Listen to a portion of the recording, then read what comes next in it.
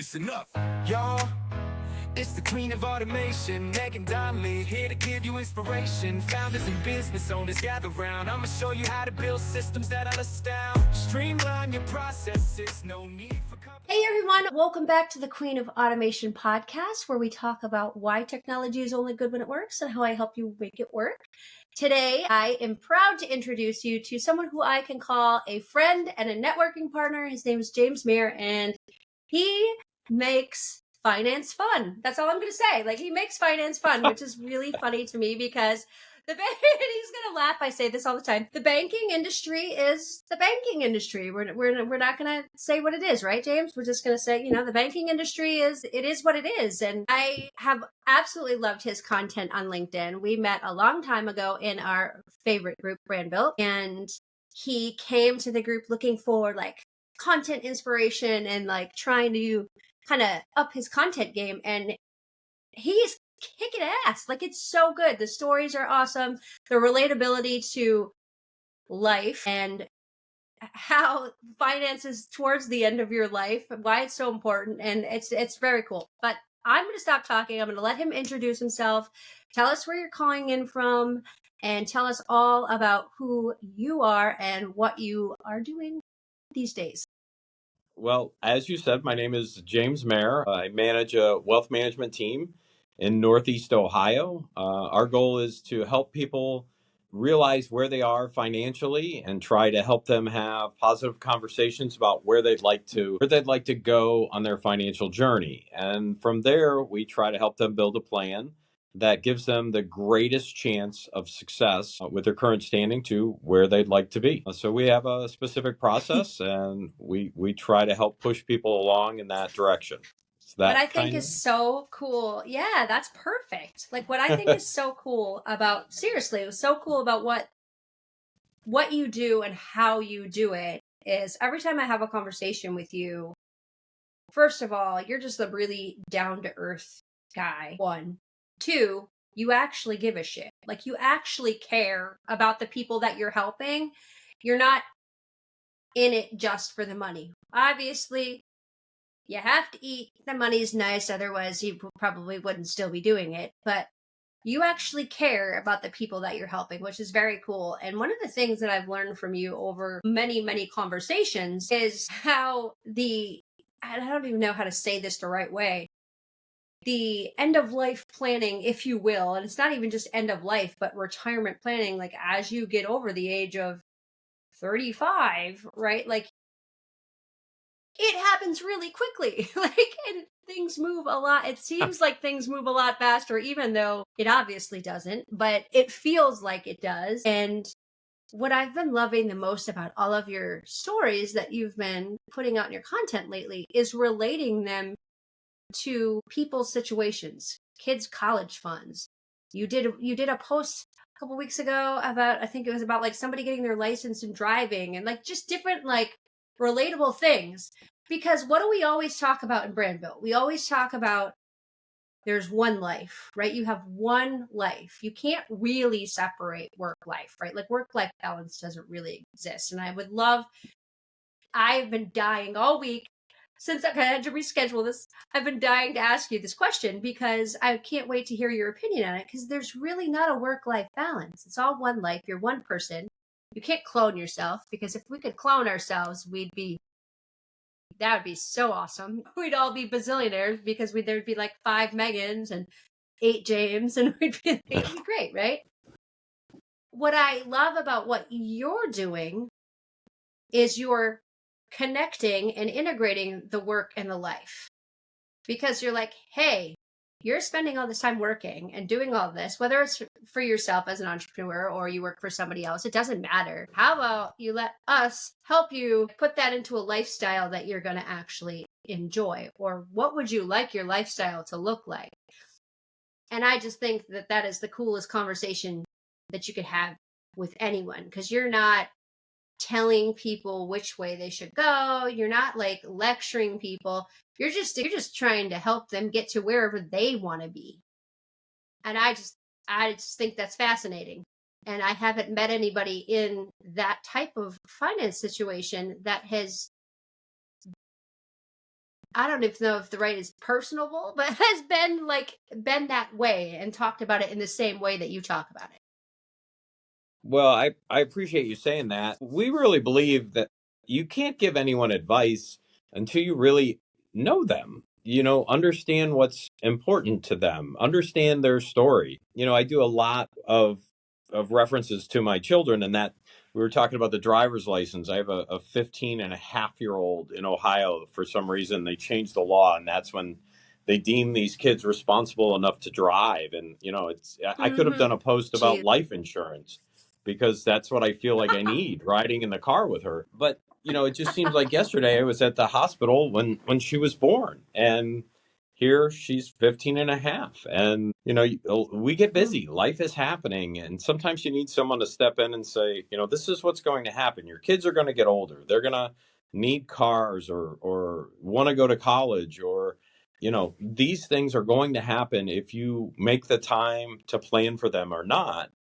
And wouldn't you rather have a Yeah. plan going into it? So life experiences, I think, help us connect with clients on, you remember that first time you took your kid driving, and I think you made a comment or laughing at me about, that handle on the I top of the was. door it's there to keep you For sane, anybody who's right? listening, yeah. For anybody who's listening, I like to troll James. I go on to his posts and leave him little quippy funny things that I think are funny.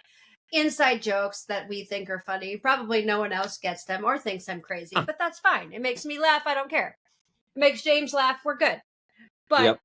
yeah, I remember that post because I was thinking, oh man, because so I have 3 teenage boys. So driving is like the grossest thing ever because It's scary. Just the first one, when our oldest, it was like the insurance went through the roof.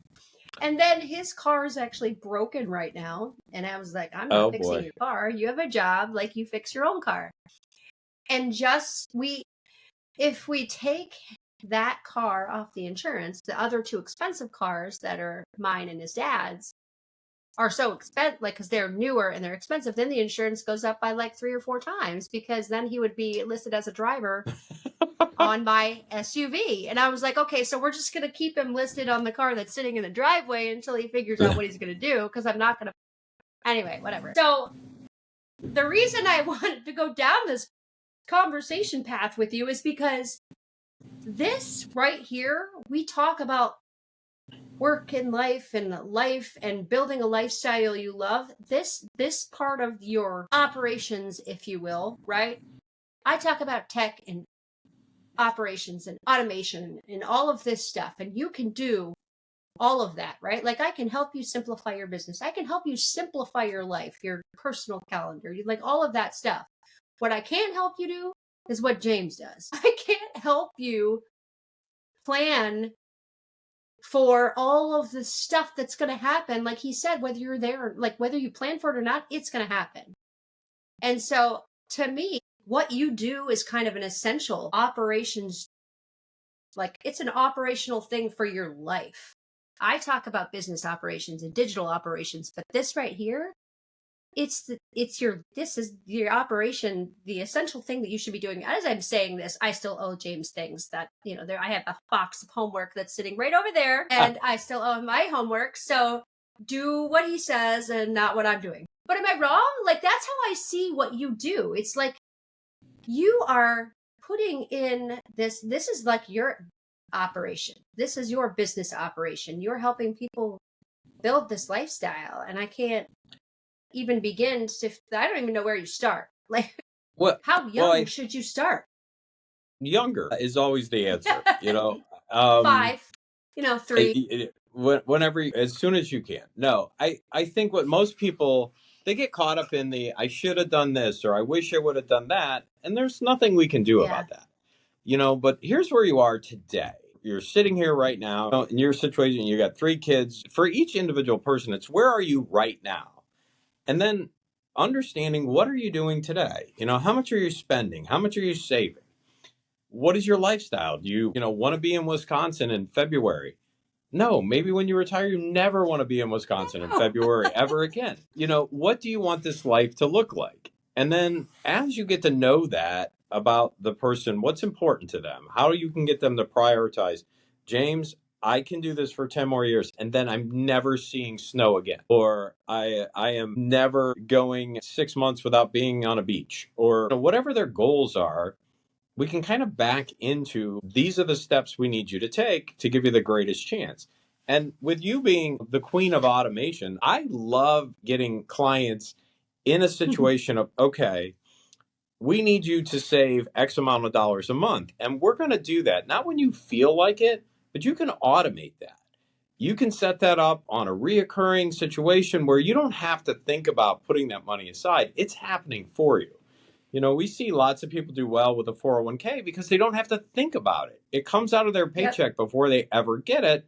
And 30 years later, usually there's a decent amount of money there. So when you can understand where you are and where you want to go, really understand what's important to people, and find ways to automate their best practices or their things they need to do to get I have to think about it out of the equation. No, I just wake up and that's already happened.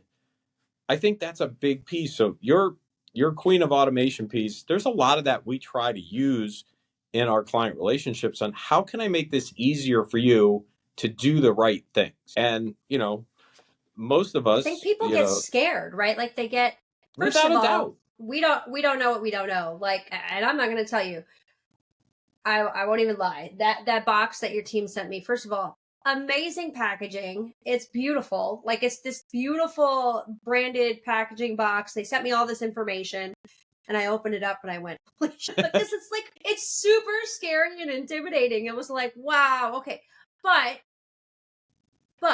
and I'm lucky because I know you and I could reach out to you at any point and be like, all right, I need you to have a conversation with me. Like, Sure. About X, Y, and Z. And I got to tell you, everybody who's listening, he'll do that for any of you. If you want to reach out to him, he's going to leave his contact info at the end of this conversation, and you're going to reach out to him and just have a conversation with him because that's who James is. But when I opened that box and I saw all that stuff, it's like super intimidating, right? Because like you said, for it to be effective, you have to know all the things. You have to know the person, you have to know the family, you have to know the situation.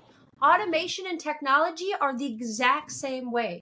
People are so afraid of it because they're afraid it's going to break, or they don't know, they're not tech savvy, or whatever it may be, all of the different fears in their head, and they're terrified of technology. I feel like what you're doing is the same exact thing. People are afraid they're going to get judged by where they are right now. They don't have enough money. They don't have I'll let you speak to that because the one thing you said to me, and I don't remember how long ago it was, but the thing that stands out in my mind is that you said you're kind of like a therapist, right? Because like married couples come to you. Well, I think you talk about it.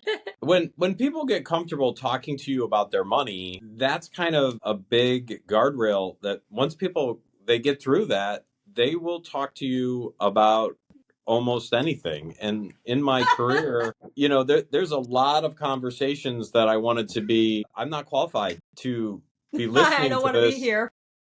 To let alone like give you advice, but they trust you. And that's a special place of, I need to just share this with somebody. I don't know that you can fix it, but this is what else is going on in my non-financial life.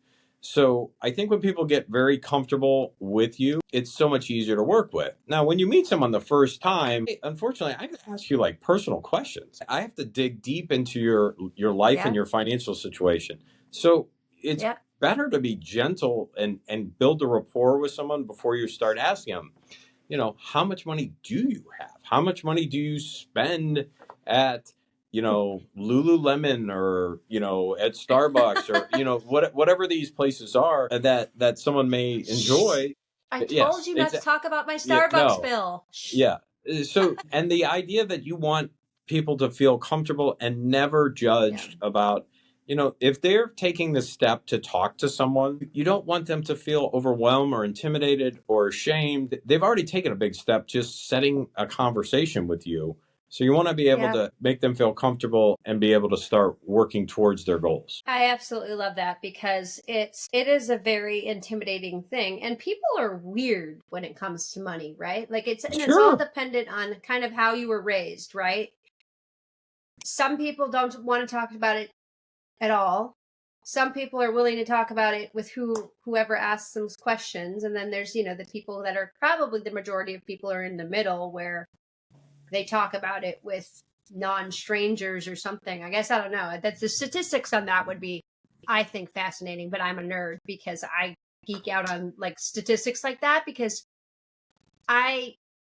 people are just weird about money. Like they are. Like they're intimidated by it. They're embarrassed by it if they don't have it. If they have too much of it, they want to brag about it. It's like if we could just strip it away. It's very unique, and I'm always, I'd say half the first meetings I have with people, they want to know how they rank against other people. And Why? I don't know why. Well, I think the world's competitive. We want to keep up with the Joneses, or we want to know we're doing well. Everybody wants to know they're in the top Oh, good 5%. Lord. And I really get them to question that in the sense that, look, I don't know what the top 5% want to do with the rest of their lives or their retirement or how they want to help their kids or if they even like their Mm-hmm. kids or, like, I don't know. Everybody's journey is unique. So what I care about is this is where you want to go. Let's focus on getting you where you want to go, not how you rank against people who are going different places. So Yeah. I do get that quite often of how do I rank or how do I stack up against people my age or where we live and I try to get that Yep. out of the like that doesn't matter. Let's focus on what you want, where you want to go, and can we do that? Or do we need to make adjustments? Bingo. Yeah, and that why I love this part of the conversation is because I always talk to other entrepreneurs and business owners, and when I ask if they're looking for operations help, we have to dive deep into kind of what their business goals are. Like, okay, what are your revenue goals for this year versus last year? And the thing that always trips them up, because I feel like this is probably a question that you ask as well. The thing that always trips them up is I'll be like, okay, why? And the answer is, well, because it's more than last year. That is not an answer. No. The answer Without a needs to doubt. be, I want 5% more revenue because I want to buy a boat. That's an answer. Or I want to move to the beach. Or I want there needs to be like some sort of like tangible reason. And even if somebody were to look at me and say cost of living, then I would be like, then I could get behind, okay, yep, 5% because you live in California, cost of living is going to go up. Got it. No problem.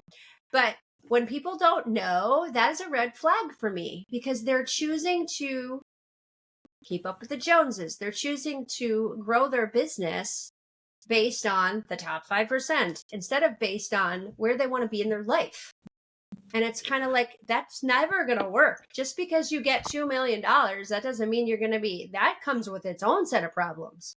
Like, you need to understand what you need financially to live happily and wherever you are and wherever you want to be. You want to move to Spain and live in Spain? That's great. Figure out how much money you need to do that. And then some for savings and whatever. But you need, like, it's just funny to me that people don't know. But then I think, unless you're a person going into the financial world, you weren't taught to think that way in business school. Like, we weren't taught those things. You were taught how to grow a business and manage a business and create marketing and do all, the technology and all this stuff, but you weren't taught that kind of money operations in the same way that I feel like you think about it as an investment banker or a financial advisor, It's just weird. It's very strange how that stuff is not taught. And it's like a basic function, isn't it? I mean, it should I be. I think so very much. I spent the last month talking about budgeting, and whenever you say budgeting, people, it's such a negative word. Everybody thinks it's so They restrictive. cringe and they get up and leave the room. Yeah, you might as well say, January, we're going to talk about budgeting and dieting. and like everybody's done. Dry January, no eating food, and we're gonna budget. Peace out. No pizza. Yeah. But what the conversations I had with so many people that were very eye opening. It's the budgeting is not meant to be a constraint. It's meant to allow you to prioritize. So when you talk to someone about, okay, show me where you spent money last month, and you pull up all the things they spend money about, and then you, before you tell them, like, I looked at this, like, tell me what's important to you. Oh, my kids are important to me, or travel's important to me, or this, that, and the other. And not picking on anyone, but if you see a bunch of Starbucks and Amazon and things of that nature, you can kind of show, like, maybe these things are more important to you than these other things over here. And they're like, they're not. I said, okay, if we shift away from these things and you put that on more travel with your kids or things of that nature, you're prioritizing. You're not restricting yourself. You're saying, Right. I would rather go on trips than I would rather do these things. And so there's a lot of eye-opening information, I think, comes out of analyzing where you spend your current money and how does it match up with your goals on what's important to you. What do you want to focus on? Oh, and it's great because, again, this all kind of, it's like a 360 kind of circle, because it all leads back to, it's the same thing when you're building your business as to when you're building this kind of, you're dealing with your financial aspect of your life. When we talk about building operations for people, it's exactly what we do. We give them the tools to sit there and monitor every single task they work on every single day, every single week, every single month. And we have them monitor it for 7 to 14 days. And then we come back and we're like, okay, look at all the shit that you just wasted time on. Because you just told me your goal is to do this, this, and this. And you just spent 15 hours in the last 2 days on Facebook. Right? And it's like this eye-opening. We have this time tracking tool. It's like this eye-opening thing. They're like, whoa, I spent that much time checking my email. You have no idea. Right? Like, as you're working every day, like as you're working and you're doing all of the stuff inside your business, it's the same thing when you're doing your life. Like, as you're living your life.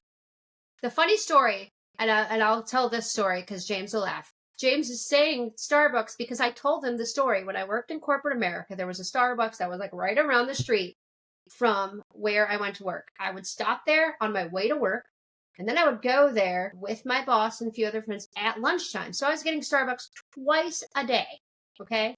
And then sometimes, depending on, you go to with your friends, your business colleagues, your friends to lunch. Sometimes I would buy them, and sometimes they would buy me, That's what happens, right? At the end of that year, when I was going through like the end of the year budget and looking at all the stuff before taxes and all that, during, end of the year, looking at everything, the amount of money that I spent on Starbucks was mind blowing. Multi-five figure, like it was insane. And I was thinking to myself, just like James said, the moral of that story is, holy shit, look how much money I just wasted on coffee at a fancy coffee shop that I could literally just put. And that's the next year I bought a little like nice coffee maker, and it was a nice coffee maker, but you figure I probably spent $50 or $60 on a nice coffee maker, stuck it in my cubicle, and then bought gourmet coffee from Amazon. You know how much money I spent? I saved so much money the following, like, you don't think about it. You don't think about it until it's almost too late. Until someone like James sits down and says, look, and you're like, yeah, it's about understanding the options and your priorities. I'm not against Starbucks. Yeah. I'll go there once in a while, but what your priorities are, you make room for them. And if it means this isn't as important because this is more important, I think drawing attention and understanding what you're doing, like you said, with the 10 hours on Facebook when you think you're working hard. Oh, man. I mean, those measurements tell us where our priorities are going. And sometimes they don't match. And that's the thing. Like, life changes, evolves. You make adjustments.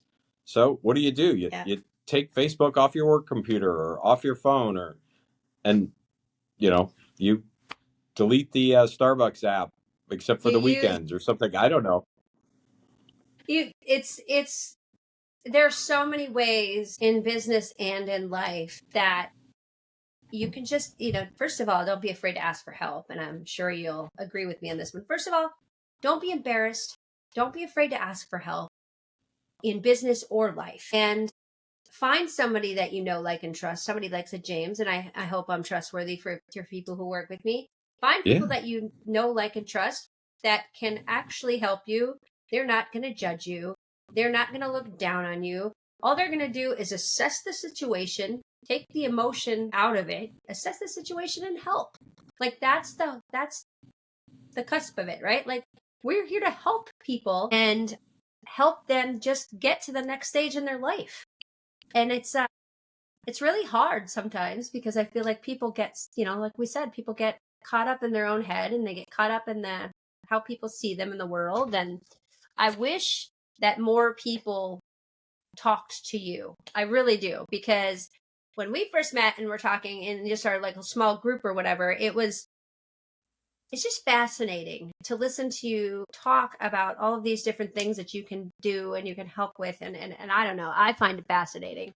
Yeah, I don't know, guys, but I'm telling you right now, go talk to James, because he knows what he's talking about, and he will help you, and he will listen to you, and he'll listen to all the crazy, because he listens to my crazy, and he's heard some stories. I have told him stories. Like, I am like the worst offender when it comes to Amazon and Starbucks, and sometimes I don't even know I'm doing it. That's the bad part, is like, how, okay.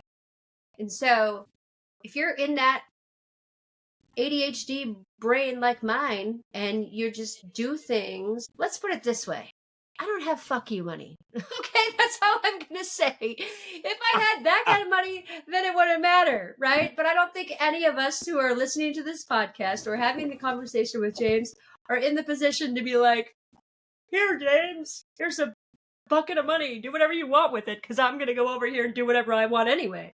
I don't think anybody's in that situation. There are a few people, right? Not me. Anyway, this has been an amazing conversation, James. I want you to tell everybody where they can find you, obviously on LinkedIn, but if there's any other kind of information you want to drop about where they can find you, how they can reach out, please do so. I would say LinkedIn is the best place to find me. It's got all of our contact information. It's all in one place, and all the different ways to get a hold of us. Awesome. We're going to drop his information in the show notes for everybody too, so that it's just a kind of a one click, and you can go find him. I highly encourage everyone to go talk to him. This is the other part of operations that I cannot help you with, but I highly suggest you do it, and you do it like the sooner the better. I don't care if you were 19 years old. If you were 19 years old and you were starting a business and you're successful at it, or whatever, just go talk to James. It's better. Shoulda, coulda, woulda, hindsight, right? Like, I wish that I had known you in my 20s and felt comfortable telling you all of the things, and it's not embarrassing. Just do it. It's totally worth it. Build a life that you love, and yeah, let somebody help you. It's good. Good stuff. That is all for now, everybody. Remember, technology and operations are only good when they work, and we will see you next week.